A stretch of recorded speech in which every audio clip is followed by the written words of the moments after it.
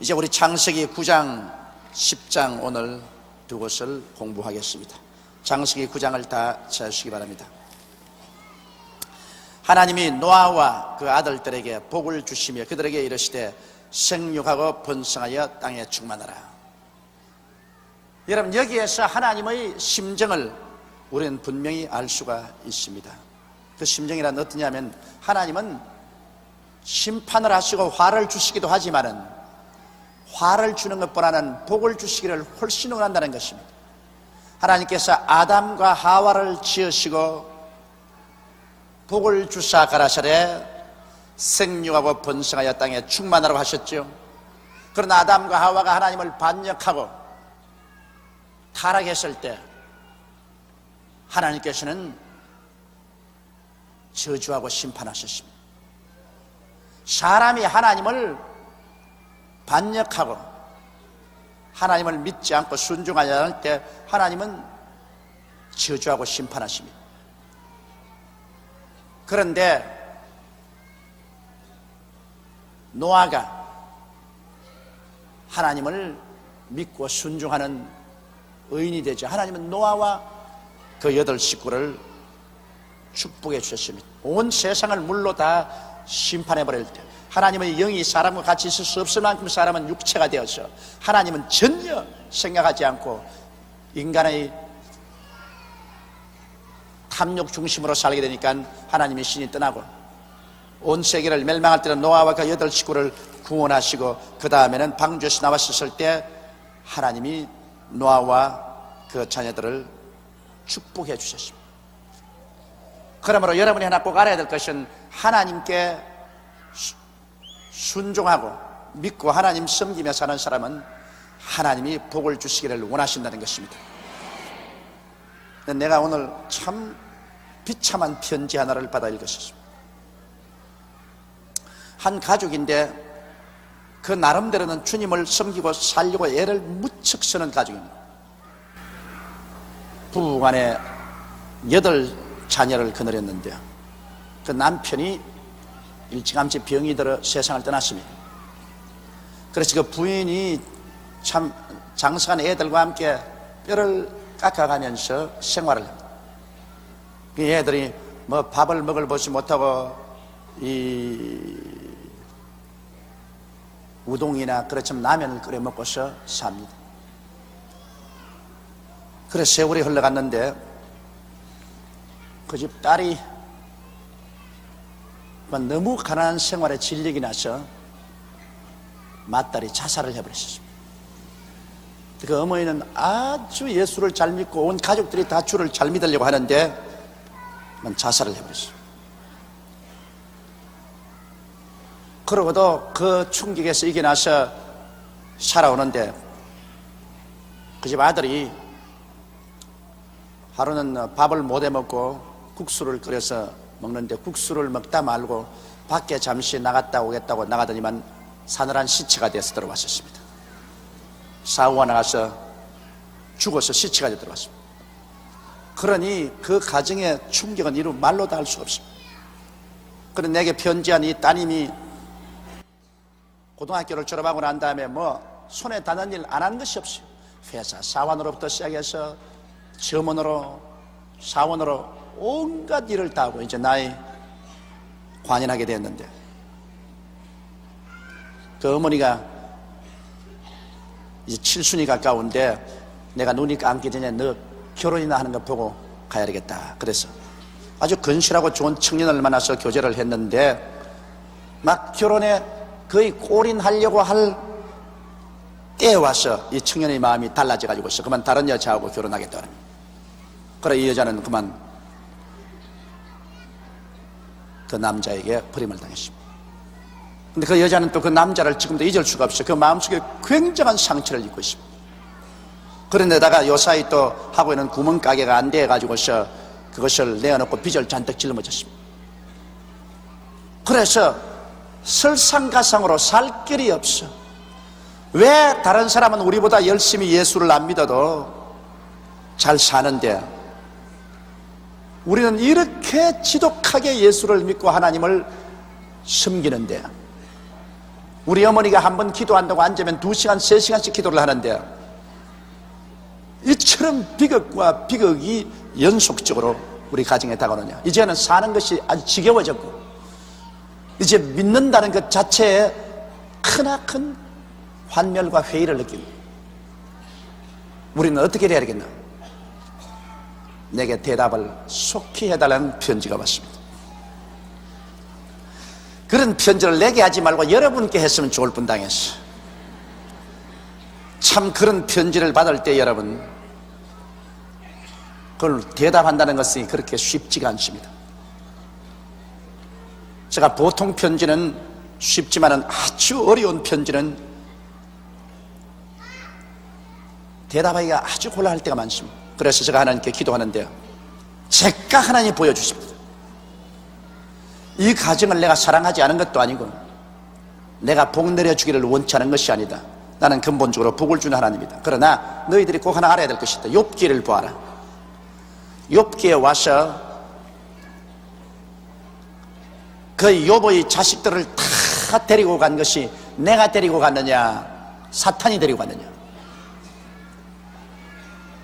그 다음 욥의 온몸에 악창이 나가지고서 깨어진 기와 벼락으로 그 몸을 끓고 잿더미 위에 앉아있게 하는 건 내가 했느냐, 마귀가 했느냐.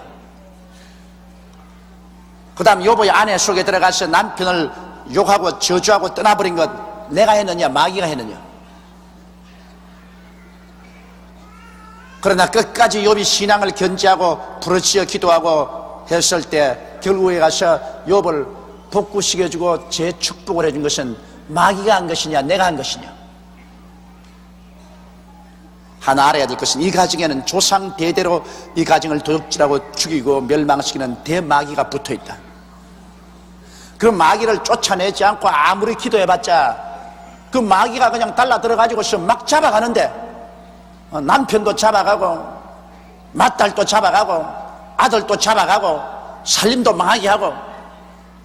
그래서 성경에 도적이 오는 것은 도적질하고 죽이고 멸망시키는 것뿐이요, 내가 온 것은 양으로 생명을 얻게 하고 또 풍성히 얻게 하려면 했는데 그 가정에는 그 대마귀가 앉아있다.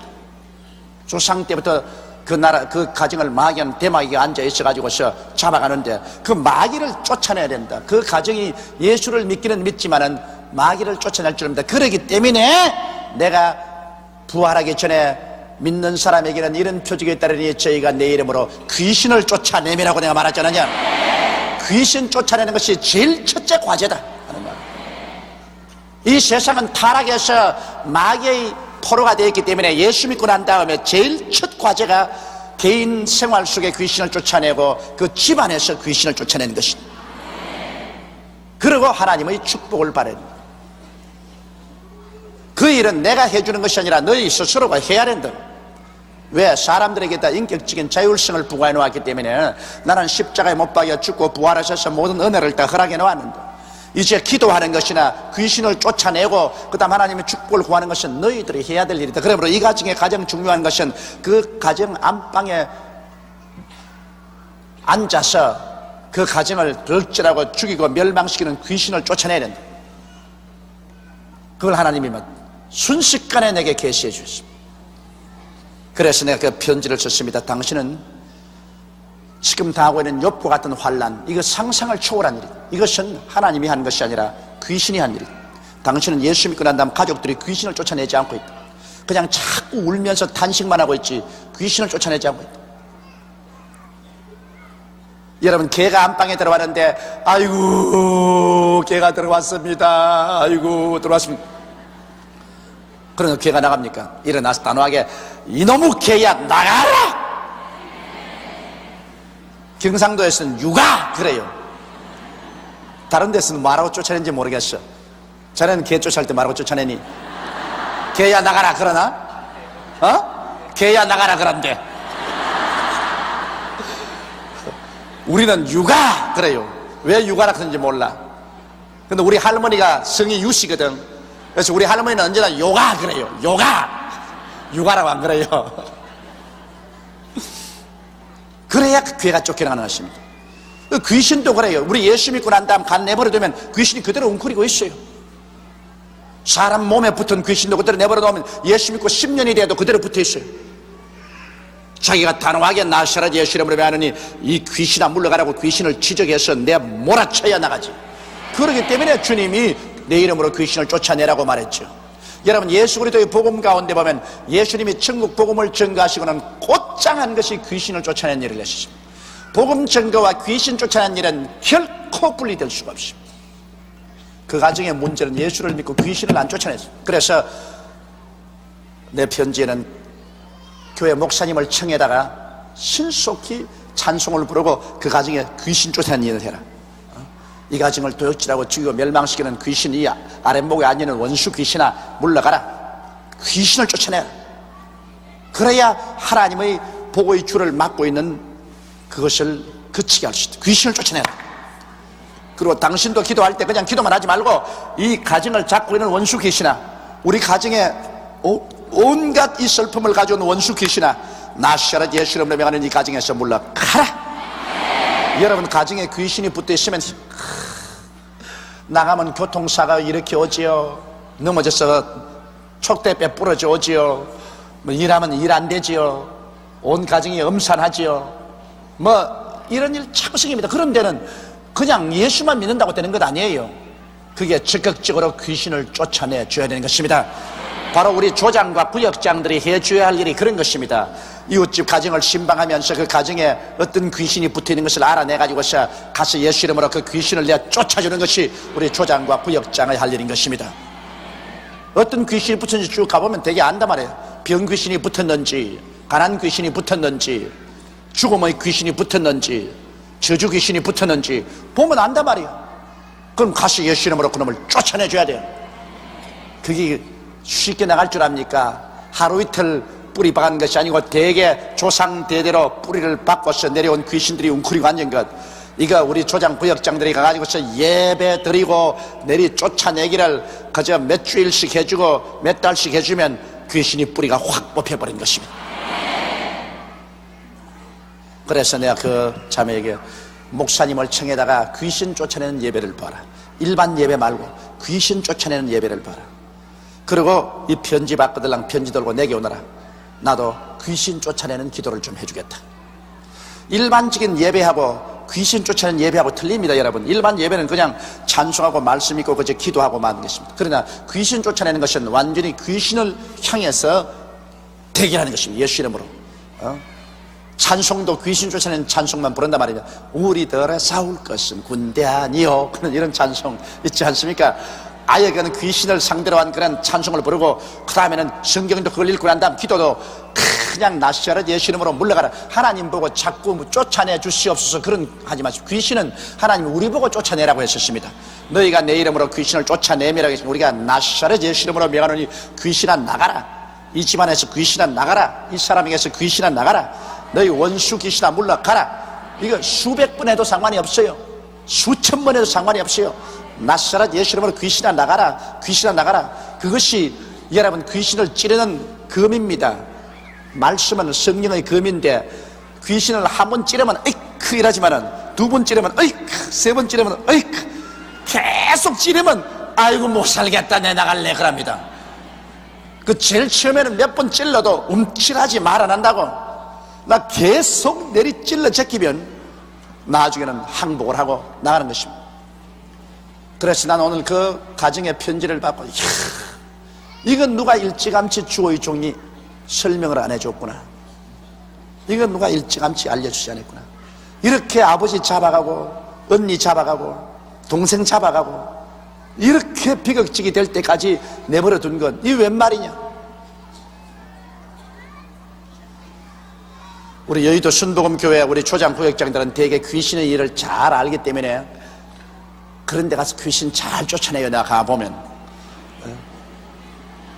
그래서 우리 교회 소속한 우리 성도들은 우리 조장구역장들이 가가 막 귀신 비슷한 것만 보이면 예수 이름으로 물러가라고 이야기합니다.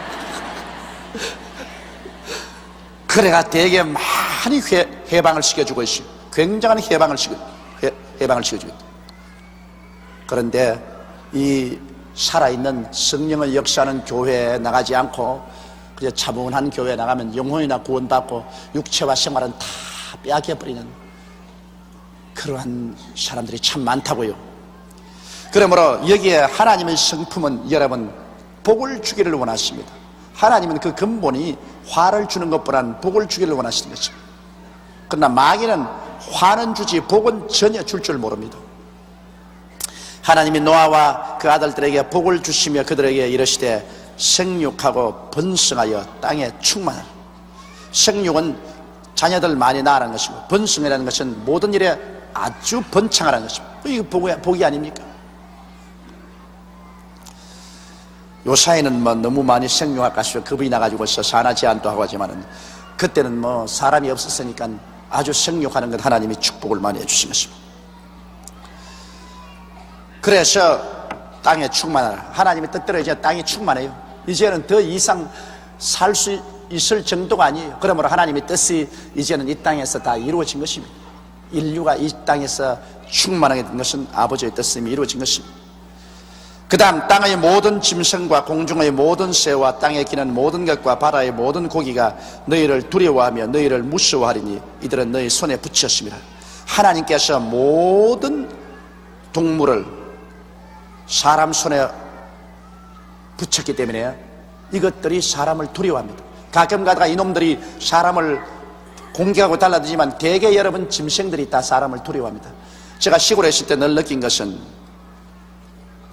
내가 국민학교 다닐 때, 국민학교는 벌써 수학교 1학년 때부터 시골에서는 이 논에서 일하시는 분들이 돌이나 벼를 베어가지고서 소에다가 이렇게 실어주면 그 소를 몰고서 집에까지 와서 그거 다 부릅니다. 내가 여름에는 그거 일을 했는데, 그래도 내가 키가 조그만했거든.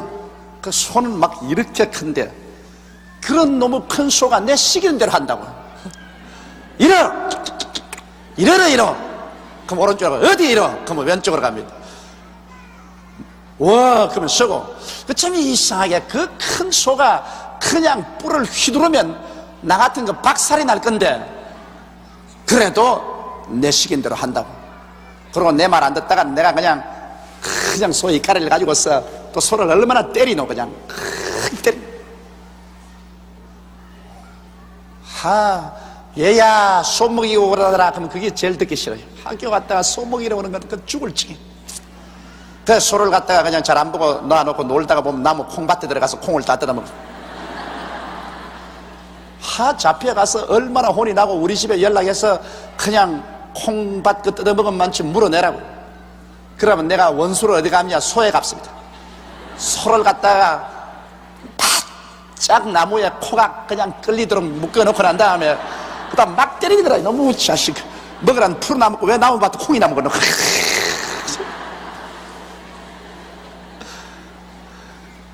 그런데 그렇게 매를 맞고도 소가 순종을 한다. 그건 왜냐? 하나님께서 모든 짐승에게 사람을 두려워하는 마음을 넣어주었기 때문인 것입니다. 이러므로 여러분, 사람이 짐승을 두려워 안 하면 짐승은 사람에게 감히 덤벼들지 않습니다. 사람이 두려워하면은 짐승은 그 꽃 냄새를 맡습니다. 여러분, 과학자들이 연구한 결과에 짐승은 두려움의 냄새를 맡아요. 두려워하면 그 몸에서 그 파장이 나오는데 그 냄새를 맡아요. 그렇기 때문에 토끼들 같은 것이 새끼하고 같이 있다가 이리가 오면은 새끼 버리고 달아나버립니다. 그건 왜냐? 새끼는 이리가 뭔지 모르기 때문에 두려워 안 함으로 냄새가 납니다. 그러나 애미는 이리가 보면 겁이 나기 때문에, 두려워하기 때문에 꼭 냄새가 납니다. 그러므로 그 냄새를 안 풍기려고 달아나버려요. 저희도 옛날 과수원에 아주 무서운 개를 8마리를 길렀었습니다. 근데 손님이 오면 막 이 8마리가 다 나가서 달라드는데 달아나면 영락없이 물립니다. 개가 막 달아나면 막 영락없이 그 개에 물려요. 그러나 아주 개가 막 달아와서 극성스럽게 걸거려도 뭐 태연자격하게 들어오면 개들이 다 달아납니다. 마귀도 두려워하면 아따 이거 먹었다고 달라듭니다. 마귀도 우리가 지식을 하고 두려워하지 않으면 우리에게 못 달라들어요. 이러므로 두려움은 고통을 가져오는 것입니다. 그래서 실상 오늘날 우리 사람이 이 세상에서 만물의 영장이 되고 모든 이 동식물 세계를 지배한 것은 하나님께서 그들을 우리 손에 붙여주었기 때문에 그런 일이 생기는 것입니다. 그 다음, 물어 산동물은 너희의 식물이 될지라 채소같이 내가 이것을 다 너희에게 주노라. 여러분, 이것이 좋은 것 같습니까? 노아 홍수 이후로 비로소 하나님께서 산동물을 우리에게 식물로 주었습니다. 그때로부터 사람이 짐승을 잡아서 고기를 먹게 되었어요. 그런데 사람이 고기를 먹기 전에 초식만 할 때는 다 900살 이상 살았다고요. 그러나 하나님께서 노아의 시대에 인생에게 말하기를 너희 연대는 120살밖에 안 될 것이다. 너희가 성령이 떠나가고 너희는 육체가 되므로 이제 너희 연령은 120살밖에 안 될 것이다 말씀하실 때 인생이 120살밖에 못 살게 하는 음식이 바로 고기를 먹게 했습니다. 고기를 먹게 했어. 이러므로 여러분, 요사이 생활 환경이 좋아져서 고기를 먹으면 야 행복하다 좋다 그렇게 생각하지만은 그것은 빨리 죽으라 그 말입니다. 요사이 가장 건강식이 뭔지 압니까? 거지 음식을 먹는 것이 가장 건강식이라고 합니다. 세월이 까꿀로 돼가지고서 요사이 가장 건강하게 잘 사는 사람은 거지로식을 먹어야 돼요. 그럼 거지 음식은 뭐냐? 이 집 저 집 동양하니까 콩나물에다가 고추장에다가 밥에다가 뭐 나물에다가 온갖 잡것 다 섞어가지고서 먹거든. 옛날엔 그 불쌍히 느꼈다고. 거지들이 온 집안에서 잡것을 따다가 벌벌 떨면서 먹어도 얼굴이 벌겋게 가지고서 그래 사람들이 있으면 또 작년에 왔던 각설이 올해도 안 죽고 또 왔네 그것을 큰 소리를 하는데 그 왜냐? 거지 음식을 먹어서 건강해져서 그렇다고. 근데 옛날에 우리 동정을 했는데 그 동정할 게 아니에요. 그 사람들이야말로 정말 장수 영양식을 하고 있었고 부잣집에 턱 앉아가지고서 흰 쌀밥에 고기 반찬에 턱 먹는 것은 자살 음식을 먹고 있었어요. 저도 옛날에 우리 집에 부엌에서 일하는 애 늘 불쌍히 느꼈어. 부엌에 그냥 일하고 손이 이렇게 트가 있는데 부엌에서 보면 언제나 우리 먹던 거 딱 끌어모아가 그 다음에는 김치도 그 흰 배추 그거는 못 먹고 잎사귀 푸른 거 있지 않습니까? 파란 잎사귀 그거에다가 누룽밥 그거 만들어 가지고서 누룽지 그 마른 거 가지고 파란 잎사귀를 얹어 가지고서 막 먹어 제끼거든. 그럼 내가 볼 때 야 불쌍하다. 우리는 흰 쌀밥에다가 배추도 하얀 것만 탁 이렇게 해서 먹는데 쟤는 그냥 누룽지에다가 막 저거를 얹어가 막 먹는. 그런데도 불구하고 이런 애들이 얼굴이 그냥 둑실둑실하고 벌고 그냥 황수같이 일을 하고 힘을 쓴. 참 이상하다. 이제 알고 보니 양분은 모조리 거기에 있어. 밥은 여러분 누룽지가 제일 영양분이 있어. 누룽지가 거기에다가 채소도 흰 부분에는 철분도 없고 비타민도 별로 없어. 전부 파란데 양분이 다 있어. 그러니 옛날 양반들 전부 다 양분 없는 것만 갈려 먹고 밑에 일하는 사람들에게는 전부 양분 있는 것만 줬다. 하나님이 얼마나 공평합니까? 그렇죠? 하나님이 공평해서 없는 사람들은 장수하도록 아주 영양식을 주고 있는 사람들은 빨리 죽으라고 양분도 없고 또 빨리 죽는 음식인 고기를 먹였다.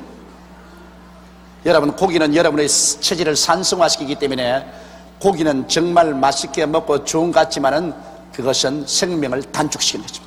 그러므로 하나님께서 옛날에 아담과 하와 이후에 노아까지 사람들은 고기를 안 줬습니다. 그때 900살 이상 다 살았다. 그러나 이제 너희 생명은 120살이 되리라. 이제부터 고기 먹어라. 고기 먹어. 그래 전부 체질이 산성화돼 가지고서 빨랑빨랑 죽었다. 근데 아마 나는 오래 살 것 같아요. 왜냐? 천성적으로 고기를 안 좋아합니다. 그 이상하게 나는 고기를 안 좋아해요. 고기 뭐 해놓으면 먹기야 먹죠. 먹기야 먹지만은 그러나 고기를 안 좋아하기 때문에 원래 고기를 안 먹어요. 제가 좋아하는 건 뭐냐? 된장에다가 김치입니다. 여러분 집에 요번 겨울에 김장김치 잘 땡겼거든. 내게 좀 가져오소. 우리 집 김치가 맛이 없어. 내가 그래, 우리 집 김치가 맛이 없어가 내가 고민이라고 요사이 밥 먹는데. 그러니까 여러분, 아주 그냥 김장김치 말입니다. 김장김치에다가 대구 알 같은 거 넣어가지고서 아주 맛있게 만든 게 있거든. 여러분만 먹지 말고 나도 좀 갖다 주소. 저는 김치만 있으면 제일이에요. 근데 늘 저는 이 된장에다가 김치 안 먹고 나물을 좋아하고 그러지 이 육류는 좋아 안 해요. 그리고 생선도 먹기는 먹지만은 별로 그렇게 좋아 안 해요. 그러니까 이렇게 젊다고요. 이러므로 여러분께서 오래 사시려거든 하나님이 고기를 먹으라고 했지만은 아버지 나는 채소 먹겠어요. 채소를 잡으세요. 사드락과 메삭과 아벳느고는 느부갓네살에서 바벨론으로 잡혀갔을 때 그곳에 왕이 먹는 진수성찬을 주었을 때 사드락과 메삭과 아벳느고와 다니엘은 그 고기는 먹지 않겠다고 거부하고 우리에게 채소하고 물만 달라고 했습니다. 고기는 당신들이 먹고 우리에게 채소하고 물만 주어서 우리의 얼굴과 그 왕의 상의 진미를 먹는 사람들의 얼굴과 비교해보고 우리가 조금이라도 영양실조가 되거들랑 그때는 우리에게 고기를 먹여라. 그런데 가만히 채소하고 물만 먹였는데 세월이 흘러가 보니까 왕의 밥상에서 진미를 먹는 그러한 왕자들보다 사드락과 메삭과 아벳느고와 다니엘이 훨씬 혈색이 더 좋다. 저도 가만히 보면서 누가 고기를 많이 잡수었나, 누가 채소를 더 많이 잡수었나 찾아본다고요. 이러므로 여러분 보십시오. 하나님께서 이제 너희들 너무 죄를 많이 짓고 생각하는 것이 다악하니까 이제 너무 오래 살면 안 되겠다. 빨리빨리 살고 빨리빨리 떠나가라. 그러기 위해서는 이제는 무릇 산 동물을 너희의 식물이 될지라 채소같이 내가 이것을 다 너희에게 주노라. 그때부터 인간은 120살밖에 못 살았어요. 요 사이는 이제 아주 문명이 발달되고 산업이 발전하고 생활수준이 향상되니까 사람들이 너무 고기를 많이 먹습니다. 그러니까 고기 먹는 병이 뭡니까? 심장병, 고혈압, 신장병, 암, 이란 소위 말하는 요사이 과학적으로도 고칠 수 없는 성인병들이 이 세상에 우글거리고, 그래서 많은 사람들이 성인병에 걸려서 죽어갑니다. 1988년도는 여러분 우리 여의도 순복음교회는 고기 많이 먹지 말고 채소 많이 먹는 운동이 일어나기를 주의 이름으로 축원합니다. 4절에 그러나 고기를 그 생명되는 피채 먹지 말 것이니라. 성경에는 꼭 하나님이 피채 먹지 말라고 하셨습니다. 그것은 모든 생명이 피에 있습니다. 사람도 여러분 피를 뽑아버리면 죽어요. 그러므로 생명은 피에 있습니다. 우리의 죄를 사하는 것도 예수 그리스도의 그 피로서 죄를 사하는 것입니다. 그러므로 하나님 보시기에는 생명은 피에 있기 때문에 피로서 생명을 대속할 수 있습니다. 여러분과 나를 죄에서 대속한 것은 예수 그리스도의 깨어진 몸이 아닙니다. 예수 그리스도의 흘리신 피가 여러분과 나의 생명을 대속한 것입니다. 생명은 피에 있습니다. 예수 그리스도의 깨어진 몸은 여러분과 나 저주를 담당하고 우리 질병을 담당했지 우리의 생명은 대속하지 못합니다. 생명은 오직 피 흘려야 됩니다. 피 흘림이 없은즉 죄사함도 없습니다.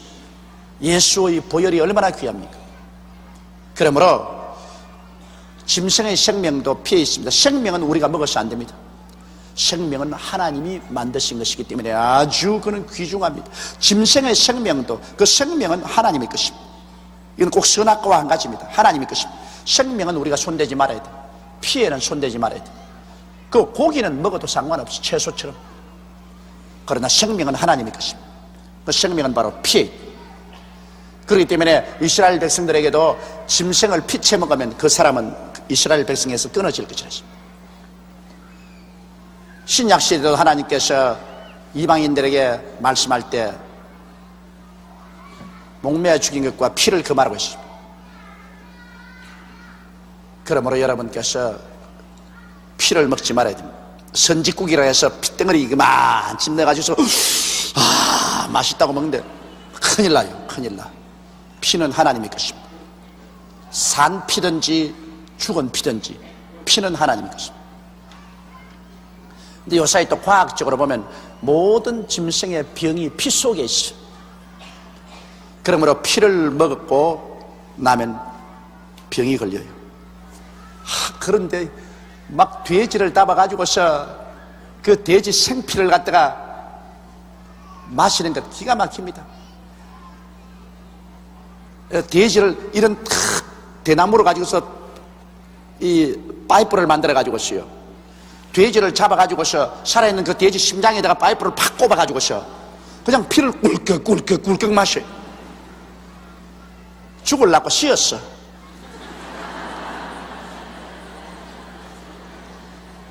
왜냐하면 그 피 속에 얼마나 무서운 병균들이 들어있다고. 그러나 고기를 그 생명되는 피채 먹지 말지니라. 내가 반드시 너희 피 곧 너희 생명의 피를 찾으리니. 보십시오.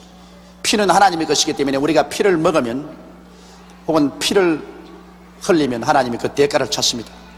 짐승이면 그 짐승에게서, 사람이나 사람의 형제면 그에게서 그의 생명을 찾으리라. 특별히 여러분, 사람의 생명을 죽이는 일, 사람의 생명을 죽이는 일, 사람 생명을 죽여서 피를 흘리는 일은 하나님이 절대로 가만 안 둡니다. 왜냐하면 사람은 하나님의 형상과 모양대로 지음받았으며 사람의 피는 하나님의 소유입니다. 피는 하나님이 주신 것입니다. 이러므로 사람의 피를 흘리면, 짐승이 만일 사람을 떠받아서 피를 흘리고 죽게 하든지 짐승이 사람을 물어서 피를 죽게 하면 반드시 그 짐승은 하나님이 죽이겠다는 것입니다. 또 사람이 자기의 사람 이웃을 피살하면 반드시 하나님이 그 대가를 지불하도록 하겠다는 것입니다.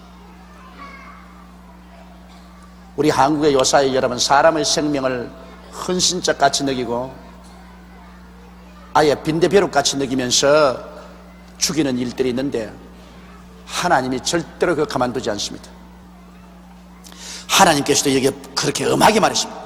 내가 반드시 너희 피 곧 너희 생명의 피를 찾으리니. 짐승이면 그 짐승에게서, 사람이나 사람의 형제면 그에게서 그의 생명을 찾으리니. 무릇 사람의 피를 흘리면 사람이 그 피를 흘릴 것이니. 보십시오. 대가를 그대로입니다. 하나님. 무릇 사람의 피를 흘리면 지도 피를 흘려야 됩니다. 거기에는 자비가 없다. 이는 하나님이 자기 형상대로 사람을 지었습니다. 보십시오. 하나님이 사람을 자기 형상대로 지었기 때문에 하나님은 사람의 생명을 귀중히 여깁니다. 비록 그가 하나님을 반역한 존재라도 그 생명은 귀중히 여깁니다. 그런데 그 생명의 피를 흘리면 하나님께서 그 보복을 하겠다는 것입니다. 꼭 그 사람도 자기 피를 흘리게 하겠다. 이 세상에서 여러분 가장 귀중한 것이 인권을 존중하는 것입니다. 내 생명이 귀중한 만큼 다른 사람의 생명도 귀중하고 내 인격이 귀중한 만큼 다른 인격도 귀중한 것입니다. 인권을 짓밟는 것이 독재 아닙니까? 그래서 우리가 독재 정치를 좋아하지 않는 것은, 독재 정치는 사람의 인권을 짓밟아버리기 때문에 독재를 좋아하지. 민주주의를 좋아하는 것은 우리 국민 한 사람 한 사람이 다 주인이 돼가지고 자기 인권이 존중을 받기 때문에 민주주의를 좋아하지 않습니까? 그 민주주의를 하고 인권을 존중받으려면 존중받을 행위를 해야 돼요. 민주주의 한다고 나는 이제 민주주의다, 그러므로 남을 죽이고 그냥 남을 사기하고 나를 짓밟아도 좋다, 그거는 민주주의가 아니라 도리어 독재를 부르는 길인 것입니다. 참 민주주의가 되려면 반드시 그 정부의 주인 되는 국민들이 법과 질서를 지켜야 되는 것입니다. 법과 질서를 지키고 윤리와 도덕을 지켜야 되는 것입니다. 의무와 책임을 다해야 그 사람이 참 존중받는 민주의 국민이 될 수 있지. 자기는 법과 질서도 안 지키고 의무와 책임도 안 하고 윤리와 도덕도 짓밟아버리고 공정도덕도 안 지키면서 나는 민주주의 한다고 하는 것은 그건 미친 소리 한다. 그러므로 사실 우리가 이제 민주의 발걸음을 옮겼지만은 민주주의 하는 것은 여러분 굉장히 힘듭니다. 민주주의하기 독재주의는 독재하는 사람이 전부 시킨 대로 하면 돼요. 너 오른편으로 가라 그럼 가고, 왼편으로 가라 그럼 가고, 이래서라 하면 이래서, 안 되라 하면 안고, 안 그러면 벌 준다 그럼 벌 받고. 독재 때는 시킨 대로 하지만 민주주의는 자율적으로 해야 되는 것입니다. 그러므로 민주주의를 할 수 있는 국민의 수준이라는 것은 상당히 높은 것입니다. 국민의 수준이 높지 않고는 민주주의를 할 수 없어요. 그러므로 우리 국민들이 지금 이제 민주주의 출발을 했는데 국민의 수준이 높아야 돼요. 그런데 기독교인이 많으면 민주주의가 돼요. 그건 왜냐? 기독교인은 교회에 날 와서 하나님 말씀 듣고 하나님 앞에서 자기 책임을 다한단 말입니다. 하나님 앞에서 자기 윤리와 도덕적인 책임을 다하고義務를 다해서 합니다. 그렇기 때문에 여러분, 우리 여의도 광장에서 집회했죠. 우리 100만이 넘어서 집회해도 휴지 쪽지 하나 남지 않았고 나무 하나 밟지 않았다. 민주주의의 기반은 구라파에서 왔는데 구라파의 민주주의의 기반은 기독교에서 온 것입니다. 여러분, 기독교에서 사람의 생명을 귀중히 여기고 인권을 존중합니다. 인권을 존중하는 그 기독교 신앙에 기반해서 민주주의가 된 거예요. 그러므로 참 민주주의는 기독교 없이는 참 민주주의가 안 되는 겁니다. 이러면 우리나라도 민주주의가 될 수 있는 것은 4명 중에 한 사람이 예수 믿는 사람이 있기 때문에 민주주의가 돼요. 4명 중에 한 사람은 예수 믿는 사람이 있기 때문에 그 예수 믿는 사람이 자꾸 빛과 소금의 역할을 하기 때문에 민주주의가 가능해요. 그러나 예수 믿는 사람 없이 민주주의는 불가능한 것입니다. 안 되는 것입니다. 지금 여러분, 구라파나 미국 재해놓고 난 다음에 진실로 예수 그리스도를 믿지 않은 나라들이 민주주의가 올바르게 된 나라가 있는지 한번 살펴보십시오. 거의 없는 것입니다. 7절에 너희는 생육하고 번성하며 땅에 편만하여 그 중에서 번성하라 했더라. 그러므로 하나님이 한 번 축복하시고 난 다음에 또다시 그 자손들을 보고서 너희는 생육하고 번성하며 땅에 편만하여 그 중에서 번성하라. 이렇게 했으니 여러분, 노아의 후손들은 우리 아닙니까? 바로 노아의 후손들을 보고 축복한 것은 우리 보고 축복한 것입니다. 여러분, 우리가 바로 다 노아의 후손들입니다. 그러므로 하나님은 우리가 이 세상에 살면서 생육하고 번성하며 땅에 편만하여 그 중에서 번성하라고 하셨습니다. 하나님은 번성하기를 원합니다. 모든 것이 아주 번영해서 가난과 질병을 제하고 사람답게 살 수 있도록 하는, 이것은 하나님의 뜻인 것입니다. 8절에 하나님이 노아와 그와 함께한 아들들에게 일러 가라사대 내가 내 언약을 너희와 너희 후손과 너희와 함께한 모든 생물 곧 너희와 함께한 새와 육축과 땅의 모든 생물에게 세우리니 방주에서 나온 모든 것 곧 땅의 모든 짐승에게니라. 여기에 하나님의 언약은 일방적인 언약입니다. 여러분, 언약에는 반드시 상대가 있어요. 너와 나와 언약을 맺는 것이기 때문에 언약은 상대적인 것입니다. 그러므로 에덴 동산에서 아담과 하와에게 주신 언약도 상대적인 언약입니다. 네가 하나님이 명하신 대로 선악을 하는 실과를 먹지 아니하고 하나님 믿고 순종하면 에덴에 있는 모든 하나님이 예비한 것을 다 누리고 살 것이라. 그러나 네가 이 언약을 깨뜨리면 그때는 저주를 받을 것이다. 언약은 언제나 상대적입니다. 그래서 아담이 언약을 깨뜨리니까 하나님도 언약을 취소시켜버린 것입니다. 구약시대 언약도 그렇습니다. 구약시대도 모세를 통해서 시내산에서 준 10계명과 더불어서 이스라엘과 맺은 언약은 상대적입니다. 너희가 하나님 여호와를 섬기고 이 10계명을 지키고 하나님 뜻대로 살면 내가 너와 같이 있어서 너희 나라를 번창하게 하니와 네가 하나님을 버리고 이 계명을 어기면 그때는 하나님은 너를 버리려 했는데 이스라엘 백성이 하나님을 버리고 우상을 섬기고 계명을 어기니까 하나님이 북방 이스라엘은 바벨론에, 아수르에, 남방 유다는 바벨론으로 포로로 팔아버리고 말한 것입니다. 신약의 언약도 여러분 한 가지입니다. 신약에 예수님이 십자가에 못 박여 몸치고 피 흘려 죽으셨다가 부활하셨는데 그 언약은 뭡니까? 우리가 예수 그리스도를 구주로 믿으면 구원을 얻겠거니와 믿지 아니하면 어떻게 돼요? 안 믿으면 어떻게 돼요? 버림을 당하리라. 이것도 언약 일방적인 거 아닙니다. 내가 십자가에 못 박아 죽었으니까 막 누구든지 다 구원받는다. 천만에. 나하고 언약 맺자. 언약은 예수를 통해서 맺는다. 예수는 와서 십자가에 몸짓고 피 흘려서 자 구원해 놓았으니까 너희는 이제 믿어라. 그럴 때 구원을 받는다. 안 믿으면 그때는 언약 취소다. 결혼의 언약도 언약입니다. 여러분, 결혼도 일방적인 언약이 아니잖아요. 한 남자와 한 여자가 서로 한평생을 같이 살겠다고 언약을 맺는 겁니다. 근데 언약을 맺고 난 다음에 상대적이니까 남자가 죽어버렸다. 그럼 뭐 언약 맺은 상대가 죽어버렸으니까 그 언약에서 해방입니다. 옛날과 같이 뭐 남편이 죽어도 일평생을 혼자서 청산갑으로 산다, 그거는 없는 거예요. 남편이 죽으면 남편의 언약에서 해방되고, 부인이 죽으면 부인의 언약에서 해방되고 마는 것입니다. 언약에는 상대적인데, 그런데 여기에 있는 이 언약은 상대적이 아닙니다. 일방적인 언약입니다. 하나님 혼자서 아예 일방적으로 맺어준 언약이기 때문에 이거는 파괴될 것이 없어요. 이거는 영속하는 것이요. 그럼 그 언약이 뭡니까?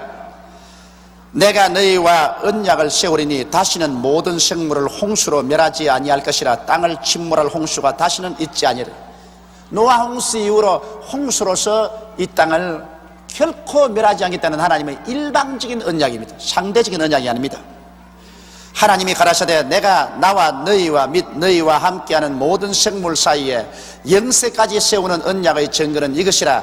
내가 내 무지개를 구름 속에 두었나니 이것이 나의 세상과의 언약의 증거니라. 내가 구름으로 땅을 덮을 때 무지개가 구름 속에 나타나면 내가 나와 너희와 및 혈기 있는 모든 생물 사이에 내 언약을 기억하리니 다시는 물이 모든 혈기 있는 자를 멸하는 홍수가 되지 아니할지라. 무지개가 구름 사이에 있으리니 내가 보고 나 하나님과 땅의 무릇 혈기는 모든 생물 사이에 된 영원한 언약을 기억하리라.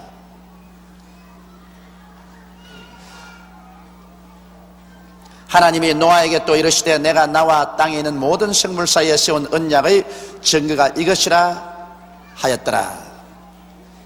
무지개의 언약입니다. 이제 한 번 홍수에 놀랬으니 막 비만 오면 사람들이 간이 들컥 내려앉는 거 당연한 게 아닙니까? 우리 한국말에도 자라보고 놀란 사람, 뭐 보고 놀라요?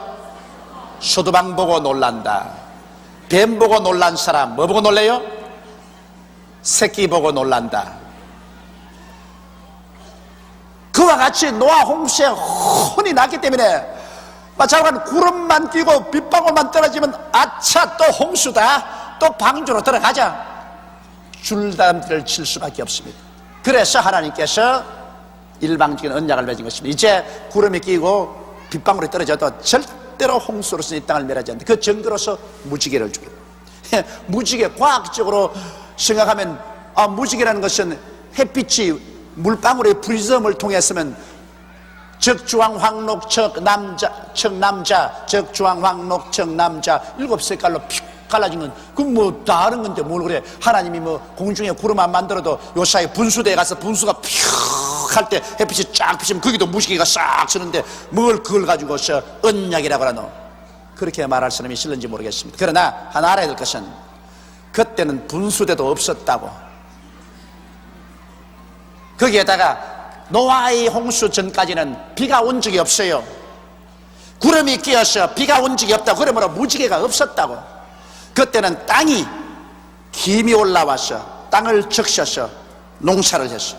비는 노아 홍수 때 비로소 처음 왔다고요. 비가 안 오기 때문에 공중에 수증기가 올라가서 빗방울이 떨어짐으로 말미암아 무지개가 서는 것인데 무지개가 그때는 생길 수가 없었다고요. 그러나 노아 홍수 이후로 하늘에 구름이 빗방울이 돼서 떨어지기 때문에 그 빗방울의 프리즘을 통해서 하나님이 무지개가 서도록 명령하는 것입니다. 그 법이 온 천하에 그대로 시행돼서 물방울만 있으면 프리즘이 돼가지고서 무지개가 생겨나요. 그래서 하나님은 이 무지개를 볼 때마다 절대로 이 땅을 홍수로서 몰아지 않는다. 그래서 노아의 자손들이 안심하고 그 방주 속으로 뛰어들어갔다가 나왔다는 이유는 언제나 비가 오고 난 다음에는 무지개가 착 서니까 야, 하나님이 언약하시고 그 언약의 표적으로 무지개를 주셨으니 절대로 비는 안 온다, 이것을 알았던 것입니다. 여러분, 옛날 우리 어릴 때는 그 무지개가 이렇게 탁 서면 무슨 옹달샘에서 써가지고서 옹달샘으로 썼는데, 거기에는 선녀들이 내려와서 목욕을 하고 그곳 밑에 가면 보화가 있다 해가서, 나는 그때 하도 가난했기 때문에 우리 이웃 사람하고 애들하고 그 보화 찾으려고 무지개 찾아서 산을 넘고 또 산을 넘고 얼마나 뛰었던지. 그럼 옹달샘에 쏟다고 해서 이 옹달샘에 가니까 또 없고 또 저 옹달샘에, 요사이 비행기를 타고 보니까 무지개가 동그랗단 말입니다. 여러분 보기에는 무지개가 이 땅에서 이렇게 선 같지만은 비행기를 타고 보면 무지개가 하늘에서 동그래요. 이렇게. 사실은 동그란 거예요. 그게 지구가 둥글다니까 이게 가려가지고서 반쪽으로 보이지. 방주에서 나온 노아의 아들들은 셈과 함과 야베스며, 함은 가나안의 아비라. 그래서 셈과 함과 야베스이 나와가지고서 그들이 살았는데, 아마 함이 제일 먼저 아들을 낳은가 봅니다. 그래서 함은 가나안의 아비라 했습니다. 아직 셈도 자식이 없었고 야벳도 자식이 없었는데 함이 먼저 아들을 낳아가지고 있어요. 그래서 셈과 함과 야벳이며 함은 가나안의 아비라. 노아의 세 아들들로 쫓아 백성이 온 땅에 퍼진이라고 했습니다. 자, 그 다음 이제 보면 참 재미있는 현상이 나옵니다. 노아가 농업을 시작하여 포도나무를 심었더니 포도주를 마시고 취하여 그 장막 안에서 벌거벗은지라. 이 아담과 하와도 나와가지고 땅을 갈고 농사를 지었지 않습니까? 가인도 농사를 지었고 아벨은 목축을 했지만은, 근데 노아 홍수 이후로 이제 노아가 농사를 지어서 포도나무를 심었습니다. 포도즙을 여러분 만들어 놓으면 가득만 내버려도 거기 당분이 있기 때문에 발효해서 술이 됩니다. 노아같이 의로운 사람도 역시 별 도리 없이 포도주를 좋아해가지고서 많이 마셔서 취해버렸다. 하나님이 주신 음식이 다 좋지만은 무엇인지 과하면 그것이 범죄가 됩니다. 그러므로 성경에는 술 취하지 말라고 했습니다. 술 마시지 말란 말은 안 했어요.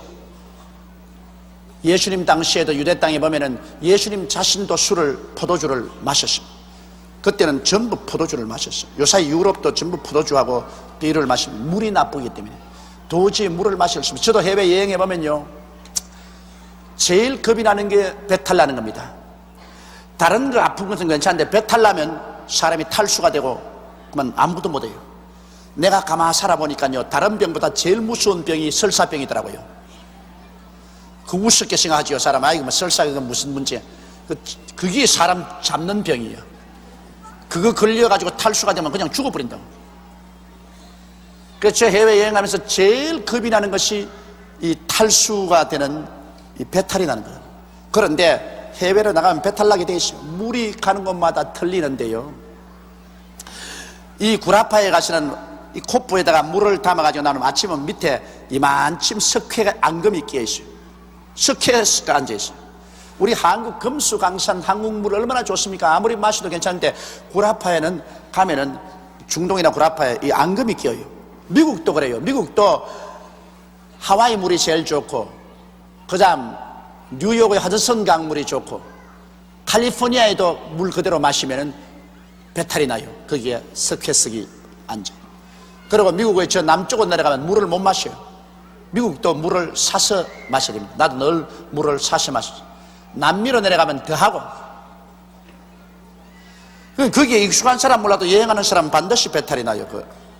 이러므로 물이 너무 나쁘기 때문에 중동이나 구라파에서는 포도주를 마셔요.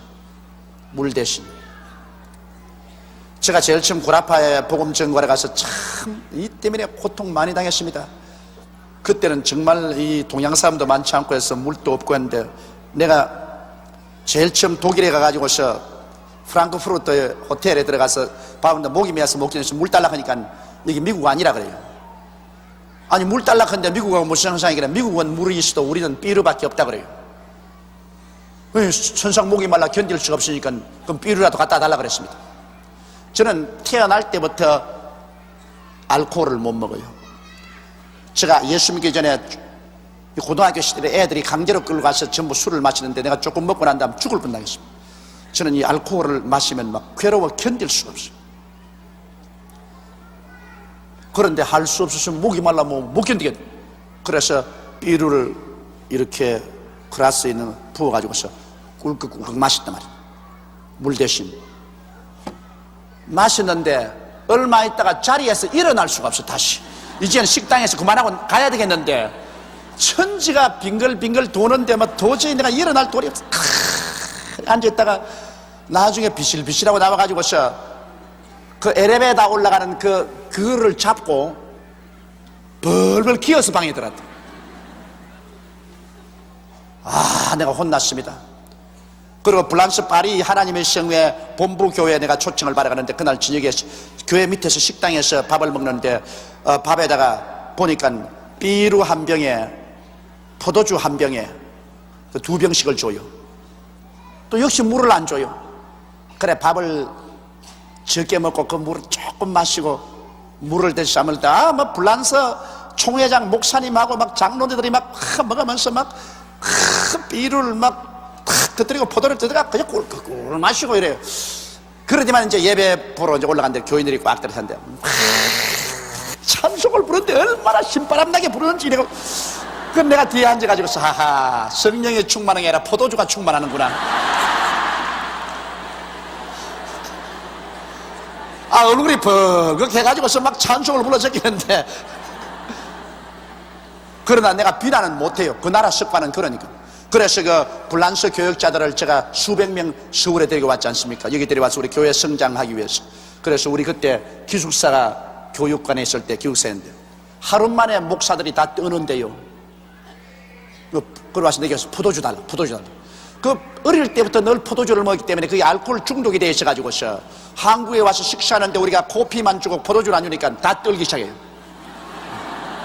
그러면 내가 포도주 조 목사 포도주. 그래서 우리 한국에는 포도주 없다니까 세상에 포도주가 없는 나라가 어디냐고 말이야. 포도주도 안 주면서 우리 보고 오락했나 그래서 할 수 없이 저 앞에 맨하튼 호텔에 가서 사 먹으라 그랬습니다. 내가 모른 척하고 눈 감고 있을 때 그냥 사 먹으라. 거의 막 벼락같이 가가지고서 그때 맨하탄 호텔 포도주 동이 나고 말았어. 어릴 때부터 마셔놓으니까 그걸 갖다가 갑자기 안 마시니까 그냥 몸을 떨기 시작해요.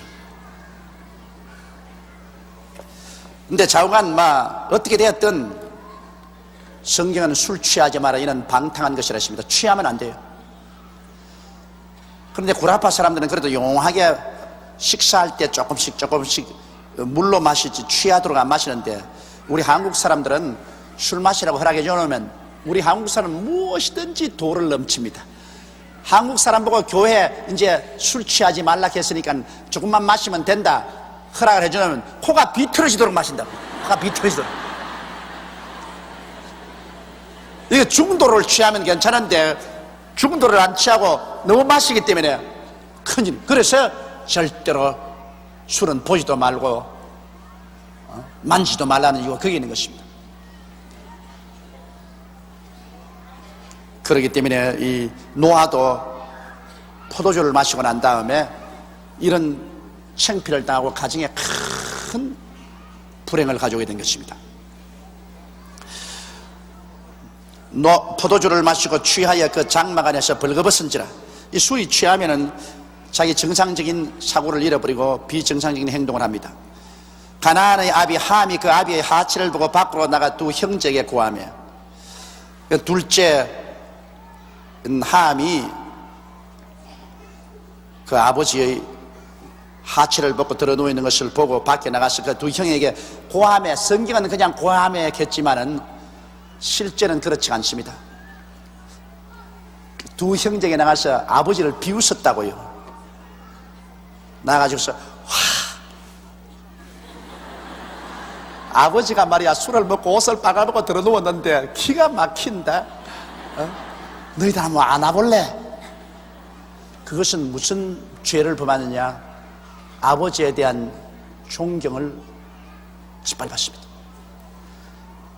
가정의 하나의 이 사회의 기간이 가정인데 가정의 기간은 그 부모를 공경함에 있습니다. 성경에도 내 부모를 공경하는데 이 함이 부모를 조소했습니다.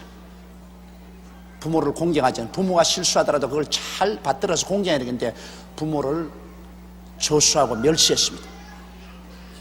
그러니까 흉을 보았거든. 이건 대단히 패역한 짓입니다. 아버지가 만일 그랬으면 빨리 형들에게 와서 큰일 났다. 아버지가 지금 취하셔서 지금 몸을 벗고 있으니 우리 빨리 가서 옷을 입혀드리자. 그렇게 해야 될 거 아닙니까? 근데 이 함은 와가지고서 아버지가 취해서 벌거벗고 있는 것을 보고 흉을 보았다. 그런데 셈과 야벳은 어떻게 했습니까? 셈과 야벳은 옷을 취하여 자기들의 어깨에 메고 뒷걸음질 쳐가서 아비의 하체에 덮었으며 그들이 얼굴을 돌이키고 그 아비의 하체를 보지 아니하였더라. 그러니까 셈과 야벳은 그 아버지를 존경했습니다. 그래서 셈과 야벳은 축복을 받고 함은 이제 얼마 있으면 보십시오. 아버지가 깨어나서 저주했습니다. 그런데 이 노아도 성격이 급했던가 봐. 그 아들을 그냥 저주를 했는데, 내가 왜 함이 아버지를 조롱했다고 생각하냐면, 보통 조롱했어야 아버지가 아들을 저주하겠습니까? 그렇죠? 예? 여간 욕을 했다 하더라도 그 아버지가 아들을 저주하겠어요? 여러분에게 아들이 잘못했다고 저주하겠어요? 안 하지요? 대답 좀 하라고. 그런데 여기에 노아가 저주를 할 정도가 되었으면 그 함이 아버지의 하체를 보고 나와서 얼마나 아버지를 모욕하고 비웃었겠냐는 것입니다. 그 말을 듣고 아버지가 화가 머리까지 나서 자기 친자식을 저주할 때는 보통 말을 한 것이 아닙니다, 여러분. 이것을 능히 우리가 추측하고도 남음이 있는 것입니다. 노아가 술이 깨어 그 작은 아들의 자기에게 행한 일을 알고, 또 누가 또 고나 바쳤는지 몰라. 내가 보기엔 틀림없이 이 셈과 야벳이 아버지 하체를 덮어주고 난 다음에, 그 다음에는 자기 각각 집에 와서 자기 부인에게 이야기를 했을 것입니다. 그 남자가 자기 부인에게 이야기하는 것 봤어요. 와, 큰일 났다. 셈은 내 동생이, 야벳은 형님이. 글쎄 아버지가 술을 취해서 하체를 다 드러내고 있는데 그게 보고 와서 막 비웃고 조롱하고 했. 아버지가 알면 막 큰일 날 일이다. 당신들은 절대 입 다물어. 쉬, 말하면 안 돼. 그러니 그 며느리들이 뭘 했겠어요? 시어머니가 찾아가가지고서 어머니 아버지가 그냥 막 술이 취해서 하체를 다 드러내는 것, 아유, 시아주머니가 들어가서 보고 그걸 막 조롱했대요. 그래서 우리 남편이 와가지고 보고 막 놀래가 그 뒷걸음에 가서 옷을 덮여놓고도 우리 보고는 쉬 크더라고. 그러니 시어머니가 그걸 듣고 난 다음에 이런 고약한 놈이 있나? 저 아버지가 술이 취해가 비록 정신없이 그래 있었다 할지라도 이걸 가지고서 얼마나 이야기를 했던지 며느리까지 다 알려가지고서 이런 창피해 내가 얼굴을 들고 살 수가 있나? 세상에. 그래가지고서 자기 남편이 와서 여보 당신 정신 좀 차리라고. 정신 좀 차려. 나이값 좀 하라고. 세상에 대낮에 술을 먹고 옷을 보고 들어누워가지고서 며느리까지 다 안다고 이제 창피해서 나갈 수가 없어. 이제 얼굴을 들 수가 없어. 그래. 그러니 그 노아가 막 화가 나는 너무 자식들. 아버지가 서로 그랬다고 할지라도 세상에 이게 풍상을 해가지고서 며느리까지 다 알아. 이제 내가 며느리 앞에 고개를 들고 어떻게 나가겠어? 여러분, 자기 부인은 참 만만한데 며느리는 그렇게 안 만만해요. 내가 며느리 데리고 한 달 살아봤는데요, 며느리 없을 때는 나는 집에 턱 가면 옷 다 벗어버려. 그리고 내가 잠옷 탁 입어. 잠옷 입고 이렇게 턱 해서 우리 집에 왕으로 그냥 마음대로 댕겨. 그냥 마음대로 댕겨도 뭐 아무도 할 말도 없고. 그런데 와, 이거 며느리 따오고 난 다음에는 반드시 나갈 때 옷 갈아입네. 내 참 감옥살이도 그런 감옥살이 하고 있어. 내 방에서 밖에 나가면 옷 딱 들어 갈아입고 걸어 나가야 돼. 그리고 또 내 정문에 좀 편안하게 나가려면 우리 집사람 불러가 며느리 있어? 알아보고서 나옵니다. 그러니 여러분, 며느리 데리고 함께 산다는 것 종살이 하는 거라고. 옛날과 달라요. 종살이 하는 거라고. 아이고, 며느리 떼라고 하니까 얼마나 시원한지 몰라. 세상이 내 세상이다. 그러니 노아의 심정을 알아줄만 해요. 노아가 그렇게 말이 전달돼 오니까 자기가 마음이 창피하니까, 그래서 이제 노아가 아들들에게 대해서 예언을 합니다. 그 노아는 가장이니까, 여러분, 가장이 바로 그 가정의 제사장입니다. 내가 전번에도 말했지만은 노아가 하나님 앞에 올바르게 서매 셈과 함과 야벳과 그 부인과 그 세 며느리 8사람이 따라서 다 구원받았. 그것은 한 가정의 제사장은 노아인 것입니다.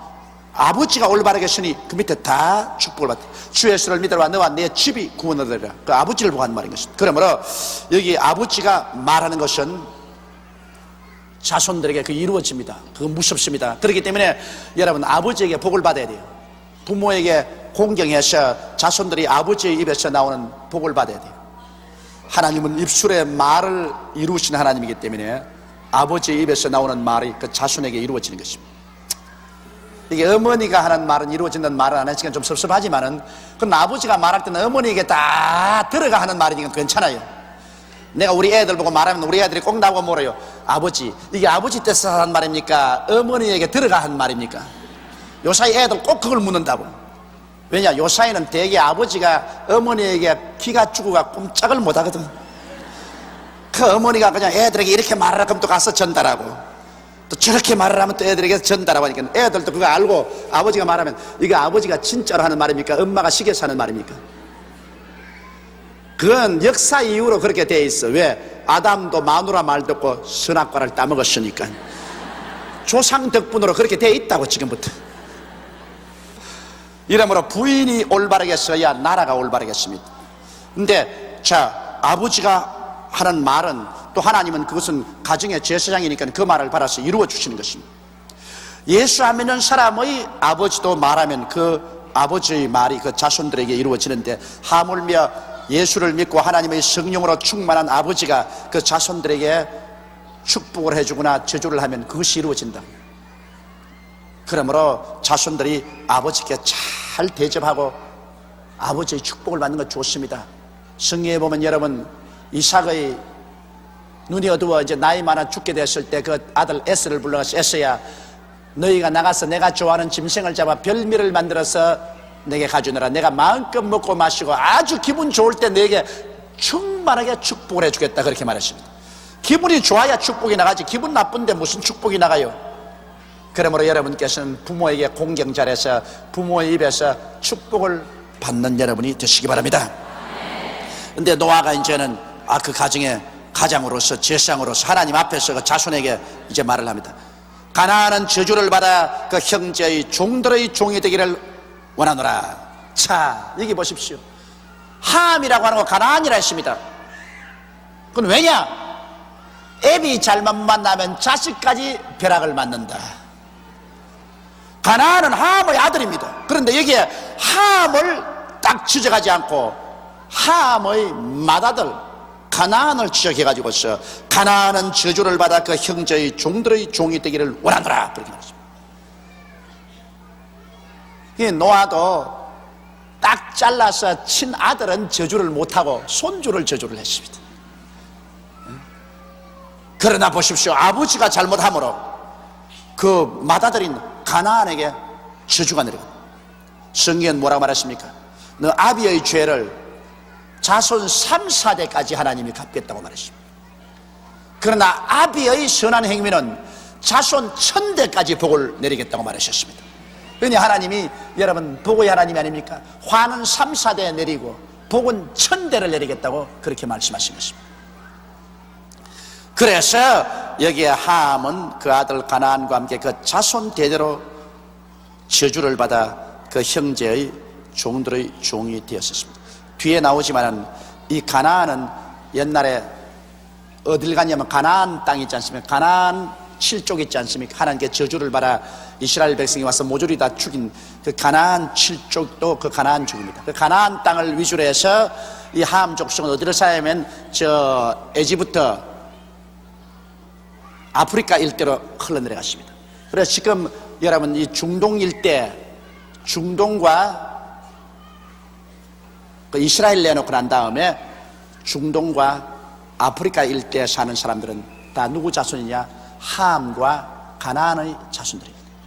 결국 여러분 이 예언이 어떻게 됐습니까? 역사적으로 이루어져 가지고 있어. 계속해서 중동 일대는 이 서구 열강의 종살이였습니다. 이란도, 이락도, 그 다음에 요르단도, 시리아도 모두 다 영국 식민지거든.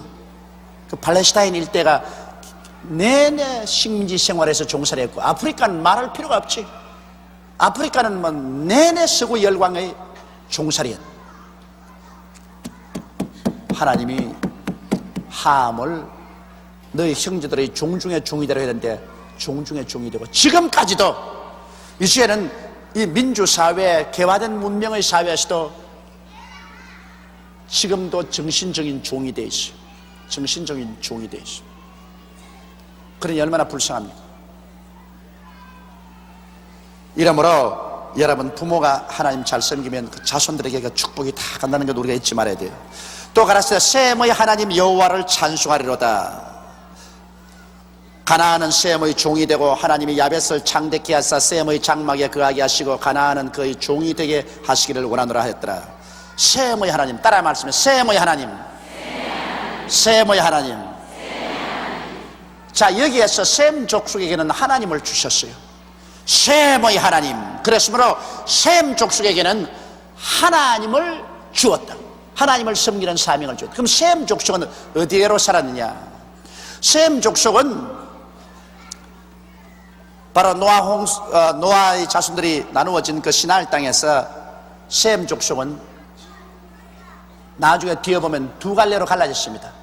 셈의 족속 중에 적잖은 마다들은 결국 아브라함 계통으로 나와가지고서 애굽으로 들어갔다가 오늘날 이스라엘 거기에 앉았고, 그 다음에 둘째 아들은, 그 후손에서 갈라진 둘째 아들은 거기에서 동쪽으로 퍼져나와가지고서 결국에는 아시아로 나왔습니다. 벨렉의 아들들 가운데 욕단이라는 아들이 있습니다. 그 욕단의 후손들은 거기에서 동쪽으로 나왔습니다. 그래서 오늘날 아시아 사람들은 셈의 자손인데, 셈의 자손은 또 첫째 맏아들이 아니고 둘째 아들 자손들입니다.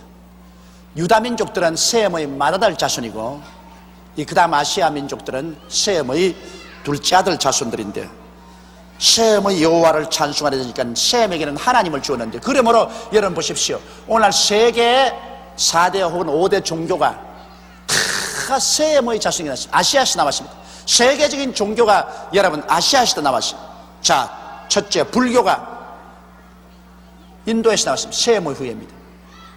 유교가 중국에서 나왔습니다. 셈의 후예입니다.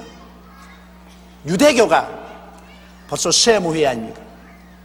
그 다음에는 기독교가 바로 아시아에서 나온 셈의 후예 아닙니까? 마호메토 교가 바로 아시아 셈의 후예 아닙니까? 그러므로 세대 5대 종교가 셈의, 내가 이 말을 미국에서 하니까 미국 사람이 화를 내가지고서 어디에 아시아 사람만 종교에 기원했냐, 우리 미국 사람도 종교를 창설한 건 많다 그랬어. 그 뭐냐, 여호와의 정인 미국에서 나왔고 몰몬교도 미국에서 나왔길래, 웃기는 소리 하지 마라.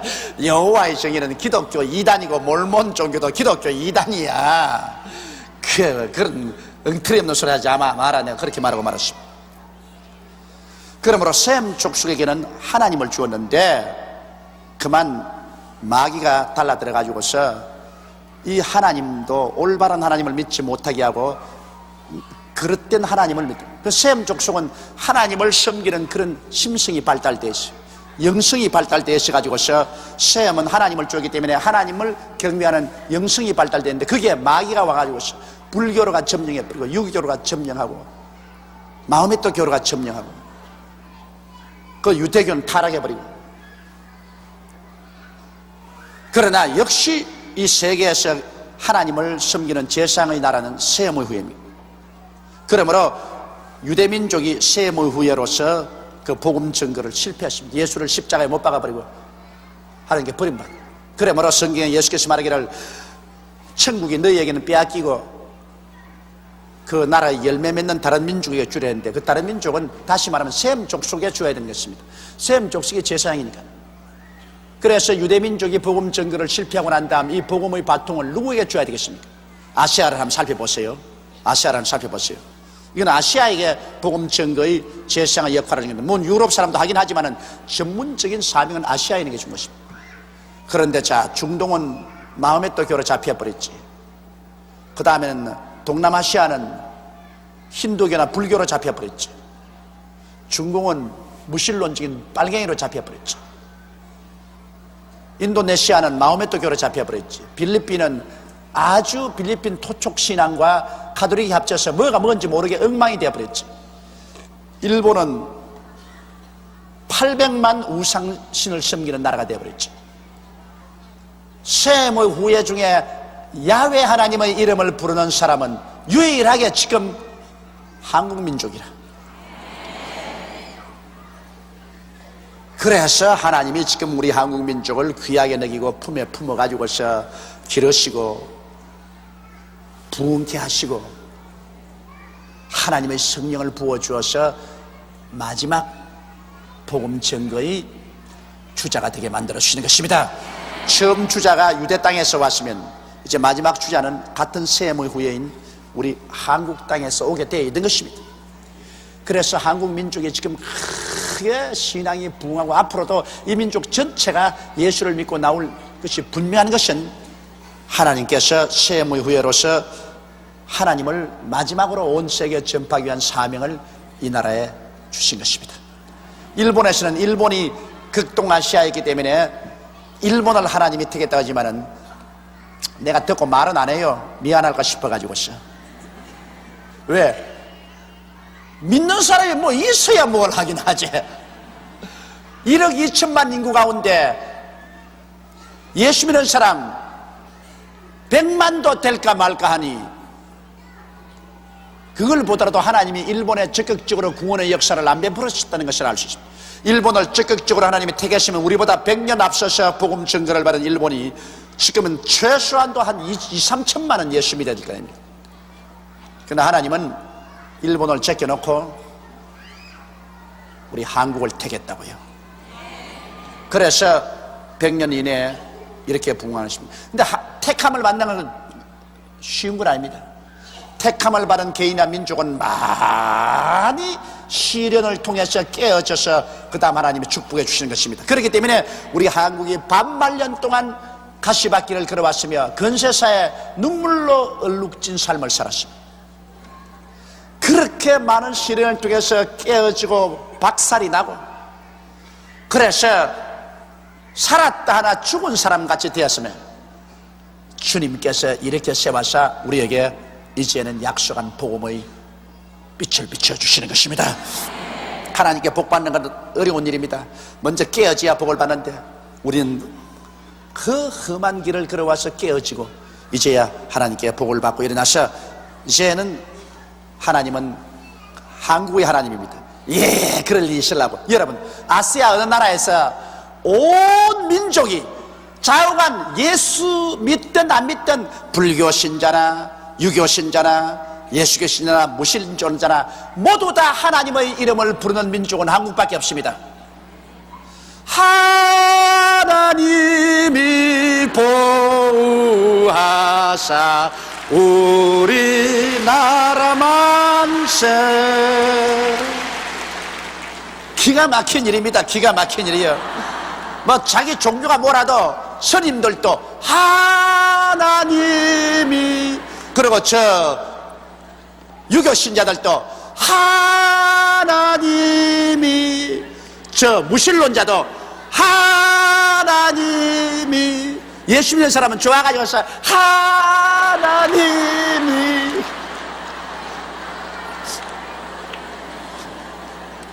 이게 하나님이 우리나라를 택한 증거인 것입니다. 여러분, 모든 국민으로 하여금 하나님이 우리의 역사와 운명을 주장한다고 고백하게 만들어 놓았습니다. 사람의 입술에 있는 말이 이루어지는 것인데 하나님이 온 국민에게 그 말을 심어놨는데 일본에는 그 말이 없어요. 일본은 자기의 임금 기미가 여호와 지오니 야시오니, 우리 임금이 천년 만년 잘 때라. 임금을 말했지 뭐 하나님이가 어디 있어요. 나 한국은 하나님이 보호하사 우리나라 만세. 그건 멋있는 거라고요. 이게 하나님이 섭리하셔서 우리나라 애국가로 그렇게 딱 못 박아놨는데, 이거 이제 아무리 사람들이 달라들어서 고치자 해도 못 고칩니다. 왜? 이 애국가를 우리가 독립운동하면서 독립군들이 참 만주불판에서 눈물을 흘리고 피를 흘려가면서 부른 노래인데, 이 노래를 어떻게 지금 바꿔요? 이제는 누가 달라들어서 바꾸다 가더라도 온 민족이 들어서 안 된다 그럽니다. 태극기도 못 바꾸고 애국가도 못 바꿉니다. 이거는 왜냐하면 우리 독립투사들이 그 총칼에 맞아 피를 흘릴 때 그 태극기로서 피를 뭉쳐서 몸을 휘감고 죽어가면서 이 노래를 불렀는데, 이걸 어떻게 우리가 없앱니까? 못 고치거든. 하나님이 못 고치도록 못을 딱 박아놨다고 합니다. 그러므로 우리는 하나님이 보호하사 우리나라 만세가 되는 것입니다. 이 셈의 하나님 여호와를 찬송하리로다. 가나안은 셈의 종이 되고, 하나님이 야벳을 창대케 하사 셈의 장막에 거하게 하시고 가나안은 그의 종이 되기를 하시기를 만들어. 하나님이 야벳을 창대, 야벳은 어디로 퍼져나냐면 뒤에 그 쭉 혈통이 나옵니다. 그 보면 야벳은 바로 멀리 동북부로 나가십니다. 그래서 지중해를 중심으로, 저 카스피해를 중심으로, 그 다음에는 저 해안가, 저 영국으로, 저 북구로 저리 흩어져 나가십니다. 그래서 요사이 말하는 소위 백인들이 됐습니다. 그래서 하나님이 야벳을 창대케 하라는데, 정말 여러분 그 말대로 창대케 했지 않습니까? 오늘날 창대라는 것은 물질적인 창대인 것입니다. 백인들 사회가 얼마나 물질적으로 창대했습니까? 야벳이 창대하게 됐습니다. 그래서 오늘날 세계 문명이라면 바로 서구화를 문명화라고 합니다. 요사이 소위 말하는 정치, 경제, 교육, 문화, 과학이라는 것은 모두 다 서구에서 나온 것이, 우리는 그것을 본다는 것이 불과합니다. 하나님께서는 야벳을 물질적으로 이 세상에서 창대케 했지만은, 그러나 정신적으로는 하나님이 야벳을 창대케 해서 셈의 장막에 거하게 하시고, 여러분 장막이라는 것은, 이것은 바로 정신적인 장막을 말하는 것입니다. 종교적인 장막을 말하는 것입니다. 셈이 그렇게 물질적으로 창대했지만은 역시 야벳이 물질적으로 창대했지만은 역시 정신적으로, 영적으로는 셈의 하나님의 장막 속으로 들어와 있으라, 그것이겠습니다. 물질은 창대케 해도 종교는 아시아에서 만든 종교 밑으로 돌아오라. 요사이 보십시오. 구라파가 기독교의 장막하에 들어와 있기도 하고, 혹은 마호메토교 장막하에, 혹은 불교의 장막하에 들어와 있습니다. 자기들 스스로 만든 장막 없어요. 전부 아시아에서 만든 종교적인 장막 밑에 들어와 있습니다. 이 참 예언 그대로 이루어졌어요. 그리고 가나안은, 함은 야벳의 종이 되기를 원하는데, 실제로 여러분 아시아인은 아프리카 사람들을 지배한 적이 거의 없습니다. 그러나 이 야벳은 창대한 물질 문명을 가지고서 처참할 정도로 함의 자손들을 노예로 삼고 지배했습니다. 심지어는 아프리카에서 잡아가지고 노예선에 실어서 미국에서 엉망으로 팔아먹었다. 이 노아 한 사람이 예언한 것이 오늘날 수천 년을 통해서 그것이 이루어져 가고 있다. 그러므로 우리는, 한국이 잘 사는 길은, 내가 예수 믿어야 된다는 이유는 우리의 사명이 천막치는 사명입니다. 셈의 장막하에 야벳이 들어오게 했으니까, 우리가 그냥 예수 잘 믿어가지고서 예수 그리스도의 복음의 천막을 쫙 치면 이 야벳 족속들이 전부 창대한 물질을 가지고서 우리 천막 밑에 들어와서 자기들이 만든 물질을 우리에게 전달해 준다. 그래서 우리는 예수 잘 믿으면 지절로 잘 살게 돼 있다. 우리 한국 사람은 예수 잘 믿으면 진로 잘 살겠지. 그래서 내가 해외에 가서도 우리 동포들에게 늘 말합니다. 한국인의 사명은 뭐냐? 왜 미국에 와 있고, 왜 브라질에 와 있고, 왜 구라파에 와 있냐? 여러분, 이곳에 와서 예수 그리스도의 복음의 장막 치라고 와 있다. 여러분이 복음의 장막을 잘 치면 그 다음에 여러분은 이 야벳 족속들이 일구어 놓은 이 물질을 자연적으로 여러분이 쓰게 된다. 정신적인 장막, 종교적인 장막을 쳐주면 물질적인 것은 자연적으로 들어오게 돼 있다. 우리가 한국이 1천만 성도가 되고 잘 믿으니까 요사이 한국의 돈벌이가 얼마나 잘 됩니까? 세계 4대 무역 흑자국 중에 하나가 되고 온 세계가 모두 다 보화를 가지고 88 올림픽에 한국을 찾아오게 되고 한국 물건 사가게 되지 않습니까? 한국은 우리의 본 사명인 하나님 잘 믿고 하나님 잘 섬기면 걱정하지 않고 살게 되지만은 우리의 본 사명인 하나님 잘못 믿으면 우리는 또다시 무서운 시련 속에 떨어지게 되는 것입니다. 그러므로 우리 한국 사람의 가장 큰 애국자는 예수 전도하는 사람이 애국자인 것입니다. 하늘나라 일하는 것뿐 아니라 정말 우리나라를 사랑하는 사람은 예수 잘 믿고 예수 열심히 전도하는 사람이 우리나라를 사랑하는 애국자가 되는 것입니다. 홍수 후에 노아가 350년을 지냈고 향년이 950세에 죽었더라.